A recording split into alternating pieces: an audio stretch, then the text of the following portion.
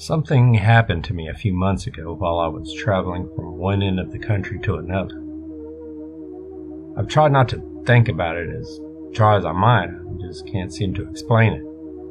I'm hoping that by posting what happened here it might help, get my thoughts in order. So, like I was saying, I was traveling from one end of the country to the other. The idea came to me last year. I've lived in the same country all my life, I thought to myself one evening, but I've only ever seen a very small part of it. I enjoyed traveling to other countries, seeing the sights they had to offer, experiencing the different ways of life, yet I'd hardly explored any of my own. I resolved to correct this and began making preparations. I meticulously mapped out my route, stopping in each of the major cities and beauty spots throughout the country before finally coming to a stop at the opposite end. I'll not lie, my excitement was at an all-time high as I set out on what would be my biggest venture yet. I packed the essentials and left, letting my parents and friends know what I was doing in case they needed to get in contact with me. It all went swimmingly to start with. I had had no issues at all and had seen so much. There are some truly beautiful places here. I was having an amazing time. It wasn't until a few days into my trip that something happened. I was making my way through a more northern part of the country, a very rural area. It was full of small towns, lots of fields for growing crops and raising livestock. The type thing. It looked idyllic. The sounds of nature, the smell of the grass and wildflowers thick in the air. The sun gave the wheat fields a golden glow as it slowly began to lean towards the horizon. Checking the time on my phone, I realized it would soon be getting dark. I was tired from the long walk of that day. I thought it would be a nice idea to walk from the last town I was in to this one to get the full traveling experience. It had taken me far longer than I had expected, and now rather than being in the next town over, I was about 2/3 of the way there, coming up on a small village. With a sinking feeling, I realized there was no way I'd make it to the next town before nightfall. I was not equipped to continue my trek in the dark. The only source of light I had available to me was my phone, and there was no way it would have had enough charge for me to use the torch all the way there. There was no signal, so I wouldn't have been able to call for a taxi or assistance. The only option available to me was to try and look for somewhere to stay in the nearby village. Its name escapes me now. I never bothered to memorize it when I found it. Just as I reached the outskirts, a sense of hope filled me, as I felt like my prayers had been answered.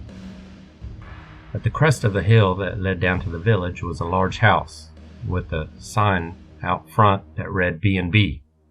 It looked a little old, but that seemed to add to its rustic charm. It was a quaint-looking little building. Happier now that I at least solved one part of my dilemma, I could sleep here and then carry on my trek tomorrow. I made my way across the path to the front door. It was a little stiff and opened with a loud creak, as though its ancient hinges had not moved for many decades. As soon as it opened, the smell of wildflowers and herbs filled my nostrils. Before me was a large foyer with several seats and magazines on one end, and a large wooden reception desk at the other. The place looked deserted, an old radio providing the only sounds that reached my ears. It was a little eerie, to be honest. "Hello?" I called out as I slowly made my way to the reception desk. A faint sound of movement seemed to come from the room just behind the desk, but no answer. There was a bell on the desk with a plaque that read "Ring for Service" adorned to it. Gently pressing the top of the bell, it let out a high-pitched ding. "Hold your horses there. I'm not as fast as I used to be." A wizened voice came from the door behind the desk, followed by the shuffling sounds of shaky footsteps. A few seconds later, the door was gently pushed open to reveal an elderly man, well into his 70s. He slowly shuffled out to the counter before adjusting his glasses and looking at me. "Sorry about that. These old legs don't work like they did. My ears ain't much better either. Now, what can I do you for?" I'm looking for a room if you have any available. I'm on my way to the next town over, but it's taking me longer than I thought. Is there anything available just for tonight?" I asked, hopeful that there were vacancies. I know I could have asked to use his phone and call a cab if there weren't, but it felt a little too much like cheating. I'd much prefer to continue my walk. Also, stopping somewhere like this would add to my sense of exploration, finding some hidden spots that aren't on any map. "Why, sure. Take your pick. I recommend room 3 on the top floor. It's got the best view of the village," he said, waving his hand to show the rack of keys to his right, all the while holding a faraway gaze, as though he was looking right through me. As he extended his arm, I noticed a large red mark in the middle of his forearm. It was a bold red, a deep, angry cut was clearly visible amongst the mottled gray and blue tones of his aged arm. It looked like he had had a very nasty accident recently. Something about it made my skin crawl. I turned my attention back to the keys. If the old man saw me looking, he didn't react. "Sure, I'll go to room 3, I said, trying to shake off the strange feeling the old man's arm had given me. "Good choice. That'll be $33 for the night, and breakfast included. It starts bright and early at 8 a.m. If you need anything at all, don't hesitate to call me or my wife Nancy. Name's Jerry," he said. His tone seemed jovial, but his expression never changed, as though it was set in stone. He held out his hand, again revealing that glaring wound on his arm that my eyes couldn't help but be drawn to. Tentatively, I took his wrinkled hand in mine and shook it. "If you can't find us wandering around the place, and check out the back. We like to sit out there some nights and admire the view," he said, handing me the key from the rack. "Your room is just up the stairs and on the left." I thanked Jerry, taking the keys and beginning to make my way up the stairs to my room. Jerry waved me goodbye. "See you real soon," he said with a cheery notation, although his face still held the same expression it had held all the way through our conversation. I shuddered. He seemed nice enough, but there was something about him that unnerved me. I couldn't quite put my finger on it. I don't know if it was that faraway look in his eyes as he spoke to me, with strange wounds on his arms, or just the general feeling of the B&B. All these things seemed innocent enough, but I found that as I unpacked in my room, I just couldn't relax. The room itself was beautiful, decorated with a tasteful floral wallpaper on one wall with hues of turquoise and gold. It was bordered by a deep blue on the others, giving the room a calm feel to it. A floor-to-ceiling mirror occupied the far wall, separated from me by a large king-size bed. Suddenly, all thoughts of the strangeness of the interaction with Jerry left my mind as I took in the view of the rolling hills and meadows leading to the small village in the distance. It was amazing. This is exactly what I'd wanted on the trip, to see things like this. Things you'd never normally see. It was almost perfect, except for the smell. I couldn't smell it constantly. When I could, it was very faint. Occasionally, as I turned around or disturbed something, my nostrils would be met with the stench of iron and mildew. I spent a good half an hour scouring the room, looking for the source, but everywhere I checked was pristine. Nancy and Jerry obviously took keeping this place clean seriously. I tried to push it to the back of my mind. I could deal with it for one night, I thought to myself. It wasn't that bad. As I lay in bed, sinking into the comfort of the soft mattress, the fatigue from walking all afternoon soon caught up with me and my eyes became heavy. I barely managed to read a page of my book before I slipped into a deep slumber. The gentle tapping of something dripping on my face roused me from sleep. My eyes took a second to adjust to my surroundings.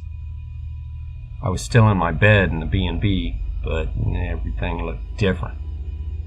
The room had a strange red hue seeping in from under the closed curtains, causing the walls to glow faintly. Blinking away the remnants of sleep, I felt my senses come back to me along with my vision. I could now clearly see the room. My jaw dropped and blood drained from my face. This has got to be a nightmare, I thought to myself. As I surveyed the room, I could now make out what the faint red glow was illuminating. The room had changed. The walls, formerly blue and floral, were now pink and fleshy, peeling in places to reveal dark red sinew and muscle beneath, with snake-like blue veins running along in intervals. Reeling around, the other walls were the same, all looking like they were made of some grotesque fleshy membrane. They were moving, tensing, and contracting rhythmically. Watching them, I couldn't help but be reminded of a worm, contracting and expanding its body to move. The rhythm, some strange invisible heartbeat, was mesmerizing. I could hear screaming coming from somewhere further away. It was loud, frightened. It sounded like whatever was making it was in pain, gradually weakening. It felt muffled against my ears as I watched the rhythmic writhing of the walls of the room, almost hypnotized. A drip hit my face again, snapping me out of my trance. A thick red liquid splattered across me on impact. The stench of iron and mold from before was thick in the air now, coming from this thick liquid. I reached my hand to it, pulling it back to reveal what I could only describe as decaying blood, dark red, with black clumps. I nearly vomited and my mind began reeling. This was a nightmare. This had to be. It was so vivid. It felt so real. I needed to wake up. I tried to wake myself, slapping myself in the face, hard. I felt the sharp sting of the impact, expecting to wake up in the bed again in the dark. A fresh wave of terror washed over me as I realized I was still exactly where I had been. Looking around, I was still met with the fleshy, pulsating walls, the deep crimson liquid that was now pooling where my head had been resting, and the horrific screams emanating from somewhere outside of the room. This can't be happening, I pleaded with myself. There's no way this can be happening. But the lingering pain in my face forced me to confront the reality of my situation. I sat there, helpless, not knowing what to do or where to go. I felt trapped in this hellish, fleshy realm. I got to my feet, shivering with disgust as my feet seemed to sink into the floor, also fleshy and writhing to that sinister and audible heartbeat. I could almost feel it pulsing underneath me. The scream from somewhere down the hall grabbed my attention. It sounded frail and close. Slowly I made my way to the door and tentatively reached for the fleshy lump where the handle should have been. It seemed to quiver as I grabbed hold of it, soft and warm in my hand. Shuddering, I gently twisted it. It slowly began to move open on its own, a thick squelching sound coming from it as it slithered its way out, revealing the hall in front of me. It was made of the same fleshy substance that comprised the walls of my room. I could see it writhing and pulsating in time with the sinister invisible heartbeat.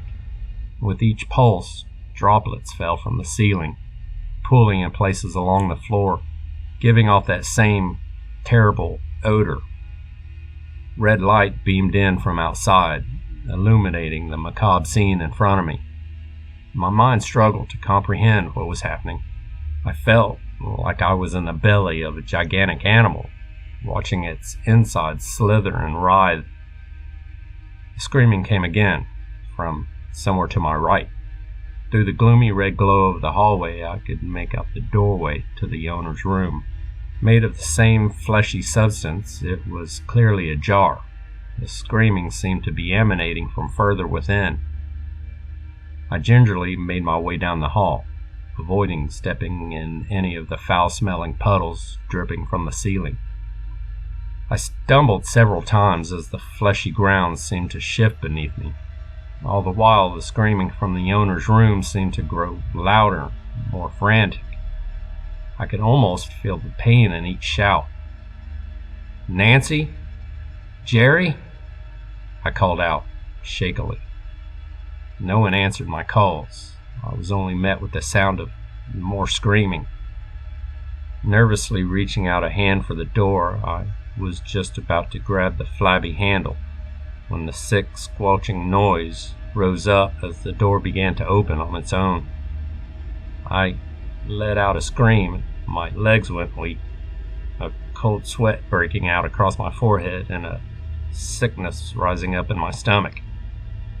What I saw in that room, it had to be a nightmare. The doorway revealed the owner's bedroom, illuminated by the same red glow as the rest of the B&B. I could make out the fleshy, pulsating walls and the same dripping red liquid, only that's not what made me stumble around and flee. Hanging from the ceiling of the room were the owners. They were suspended a few inches above the ground, their wrinkled, naked bodies exposing the butcher's hooks embedded deeply within their limbs, pulling them tightly at odd angles.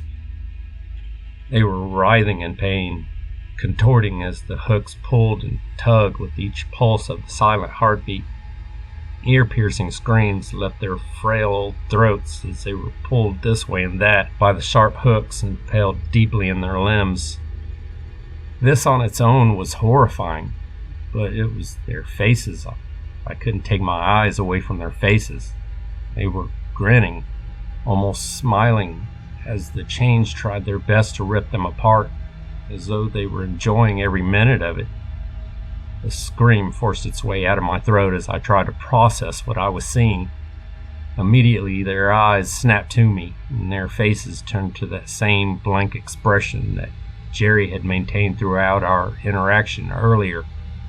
Then, without warning, they both threw their heads back, unleashing an ear-shattering scream, before violently thrashing against the hooks and chains, pulling against their taut skin.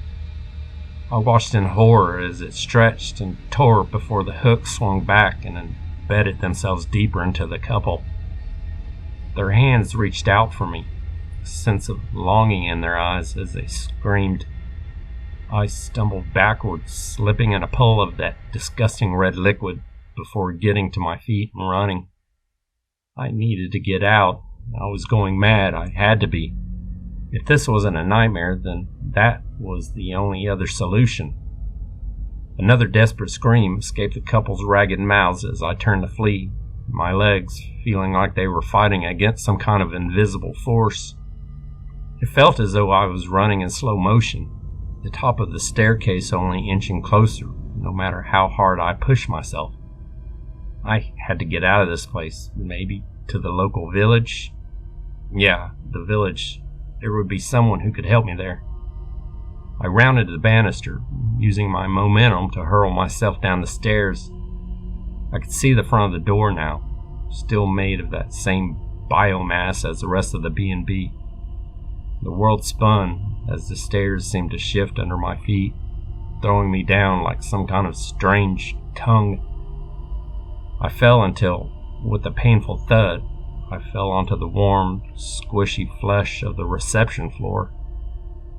Turning around, I could see the stairs contracting back into place like some sinister muscle, giving the illusion that it was not waiting for another opportunity to strike. Panic took hold again as I observed my surroundings down here on the reception floor. The walls were made of the same flabby flesh as the ones upstairs. Blue and purple veins were pulsing through them in time with the inaudible heartbeat. I wrinkled my nose as I noticed the stench down there. The place already stank, but this wasn't the same smell of iron and decay as I'd smelt upstairs. It seemed fouler, almost aggressive. A slight movement to my left caught my eye. Slowly turning my head towards it, my eyes laid back upon a large pool. Its brown surface seemed to be slowly rippling as though it had been recently disturbed. As I watched the ripple spread, a small series of bubbles began making their way to the surface before gently popping, adding to the mass of ripples. Each pop was accompanied by a rotten, sulfurous stench that made me gag. I began to get to my feet, backing away from the foul odor, when I thought I noticed something else breaking the surface. Only for a second, before it quickly disappeared again. It looked kind of like a skeletal fin, taut, translucent skin clinging to it, veins and blood clearly visible within. I didn't have a chance to determine more before it vanished beneath the bubbling waters, releasing yet another stench of death. A cold washed over me as my mind tried to conjure up possibilities of what the thing might be. As the water's surface began to bubble more aggressively, one thought screamed out in my head: get out. I didn't want to stick around to find out what that thing was. Turning as fast as I could, I begged my legs to run to the door. They sluggishly obeyed, as though they were running through treacle. As I gradually closed the distance between me and the door, the sulfurous stench ever present in the air and getting stronger, I reached a hand towards the flabby lump that was the handle. Grabbing it tightly and wrenching it as hard as I could, I felt it shiver in my fingers, as though a jolt of pain had just flashed through it. I pushed against the door, waiting for the squelching as it slid, only it didn't. I watched in bemused fear as the door seemed to stretch and solidify, the congealed lump hardening in my hand. I pushed against it, my hand sinking in slowly, but it resisted me. Terror took over and I threw myself against the door frantically. I was trapped. I couldn't be trapped. Over and over again I threw myself against it. It began to turn a deep purple color where I had slammed my body against it, darkening with each impact. My shoulder was burning, each impact with the solid mass causing a flash of pain to shoot through my side. I was about to give up when, with a wet tearing sound, it started to give. I took a run up and slammed into it one more time, hearing that wet tearing as the door was wrenched from its socket. Dark red liquid spewed forth from where it was previously clinging. I sprawled out into the world outside the B&B, a sense of relief filling me. That is, until I was able to process what my eyes were seeing. It was the same. My hands, now on what should have been the paving slabs outside leading to the front door, were pressed into the same fleshy mass that the B&B seemed to be composed of. No, I thought to myself. No, this isn't real. It's not real. I got out. I just want to wake up. But try as I might, it was futile. Part of me, deep down, knew that I was awake, that everything here was real. I just couldn't accept it. I looked around for anything, any sign of what to do or where to go. As I scanned the landscape, a sense of hopelessness smothered me, sapping my will to even move. The path was made of the same pulsating flesh, lined with thick, black hairs where the patches of grass on either side should be. A burning red sun illuminated the world in a scarlet hue. I could see the line of trees in the distance, veiny growths that seemed to be protruding from the fleshy ground like snaking worms. With each pulse of that silent heartbeat, thick crimson fluid burst forth from their branches, drenching their thick trunks in a deep red. Turning from the village, I could see the rolling hills that obscured it from the side of the B&B. Again, they were made of the same thick, flabby mass as everything else, coated in the same thick black hairs as the grass patches outside the B&B. Only there was something else that made me feel sick to my stomach. I could see an eye, a large bloodshot eye, rolled frantically around just underneath the fleshy mound of the hill. It seemed to flail around randomly, scanning the area under its membranous mound before it turned my way. As soon as its gaze rolled onto me, it stopped dead, staring at me. Its bloodshot pupil contracted as though it was trying to get a better look at me. But there was something unnerving about the nature of the look. The only way I can describe it is that it felt like it was looking with the same sense of longing as the couple upstairs. Just as I'm beginning to try and process this horrific sight, a wet sound from my left steals my attention. A low, wet gurgling sound, mixed with a horrendous cracking, like the snapping of a bone. Gingerly, turn my head, not wanting to see the source of that wretched noise, but unable to stop myself. I can make out movement in the distance, just before the tree line. The silhouette of several large creatures come into view in the distance. They're huge, almost as tall as the veiny trees themselves. I can't quite make them out clearly from here, but what I can see sent screams of primal panic through me. Limbs, skeletal and sinuous, composed of multiple joints, led up to a thick mass of wriggling flesh. From a large tear just under where the creature's head should have been, drooped several thick, red tendrils, swinging back and forth through the air, reaching out in different directions as though scenting for something. They wrapped around the protruding bones around their opening, licking at the taut gray skin beyond. Overwhelmed by what I was seeing, and sure that I was going mad, all I could do was scream. I screamed until my throat was hoarse, my lungs burned. I was shivering, the feeling of being alone, trapped, pressing down on me. I didn't know what to do. I couldn't wake up. I wasn't sure I was even dreaming. I couldn't go outside. Who knows what those creatures were, what they wanted, or even the eye. I couldn't go back inside with whatever that thing in the pool was, or the couple hanging from the hooks, their eyes begging, longingly. Everything reeled around in my head, fighting for control. Unable to think clearly, I did the only thing that I felt would provide me with some kind of comfort. Turning around, I ran back inside the B&B. I tried slamming the door behind me to hide away from the monstrosities outside, but it fought me every inch of the way, leaving a trail of red in its heavy wake. Eventually, after great exertion on my part, it relented, sliding back into place, sealing the outside away. Turning to the pool, it began to bubble and roil violently, a thick, sulphurous stench clogging my lungs. I ran for the stairs, not paying attention to the pool, knowing that if I saw whatever was in there, my resolve would leave me completely.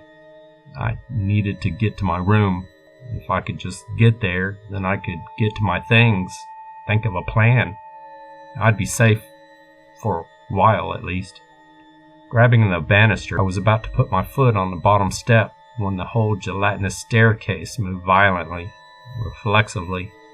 I waited a few seconds for it to complete its aggressive writhing before it gradually shrank back. Pushing myself to get up it as quickly as I could, not wanting it to throw me off again, I took the stairs 2 at a time, fighting for balance the entire way, my feet sinking into the flabby steps. I finally reached the landing, stumbling on all fours to my room. Forcing the fleshy door back in its frame, I frantically dragged my bed across the room. Large purple bruises appeared on the floor, as its heavy feet tugged harshly against the skin. I positioned it in front of the door, throwing anything else I could on top of it to barricade myself in before slumping down to my knees. The weight of everything I had witnessed came crashing down on me. Tears welled up in my eyes as the hopelessness of my situation set in, and I sat there, clutching my knees and sobbing for what felt like hours. Eventually, the red hue of my room was gradually replaced with the yellow glare of the rising sun. I lifted my head from my hands, not believing what I was seeing. The flesh of the walls seemed to rescind, slowly replaced by the blue and gold that lined them before. I could feel the floor beneath me moving, slowly returning to the hardwood planks that I'd stepped on when I'd first entered. The puddles of thick red liquid seemed to leak away, vanishing into the cracks between the boards, the stench of iron and decay still lingering for a short time afterwards. Within a few minutes, it was as though nothing had ever happened. The room had returned to normal, other than the pile of furniture barring the door. I needed to get out, go home, go anywhere other than here. I didn't feel safe. I couldn't trust what I'd seen or was seeing. I tore away at the barricade, removing as much of the furniture as I needed in order to squeeze my way out through the now solid oak door. I shakily made my way through the hallway outside, now also returned to its same dingy state. The carpet was soft under my feet as I gingerly walked down the stairs, the entire time expecting them to buck, throw me off in an aggressive reflex. "Hey there, how'd you sleep?" I hear in a cheery voice from my right. My heart sinks as the thoughts of last night fill my brain again. The images of Jerry and Nancy hanging from those hooks, the expression on their faces and the sounds of their screams echoing in my mind. "You look like you've seen a ghost," he said as he saw my haggard face, concern filling his voice but not reflected in his blank expression. I could see the same look of longing in his eyes again, and I dropped my gaze. I couldn't stand to look at him. As my gaze lowered, I could see Jerry's arm again. The hairs on my neck stood on end as I ran for the door, and as I knew, the events of the previous night were definitely real.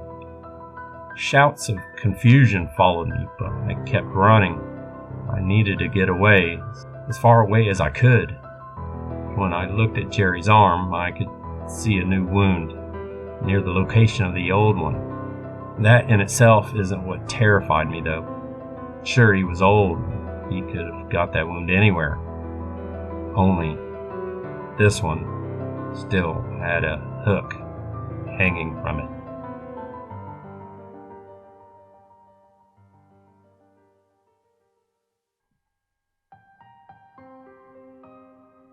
Hey everybody, I hope you enjoyed the video. Special thanks to Macabre Machine, who is not only the author of this story, but is a narrator himself. So, after you hit like and subscribe here, if you haven't already, head over to that channel and check it out. Thanks for listening, and have a very good evening.